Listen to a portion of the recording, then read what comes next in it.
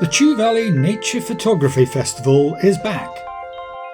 This is the calendar produced from last year's entries. Send in more nature photos now for the chance to be included in next year's calendar.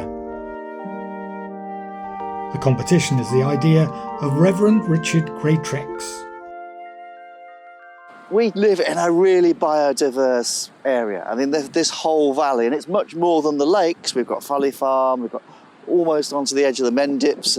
There is so much going on around here, fields full of orchids and people's gardens, that I just wanted to showcase that and get people interested and intrigued by the wonders on their own doorstep. There are 5 categories: plants and fungi, including lichens and trees; birds; animals including reptiles, amphibians and insects; landscapes; and human impact and environment. And they're coming in now steadily, but we'd encourage more. But you've got a chance to win and maybe be in the calendar we're going to produce.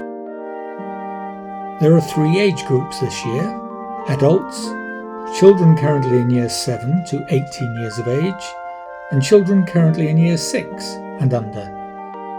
And the closing date isn't far away. It's 30th of June. Good luck!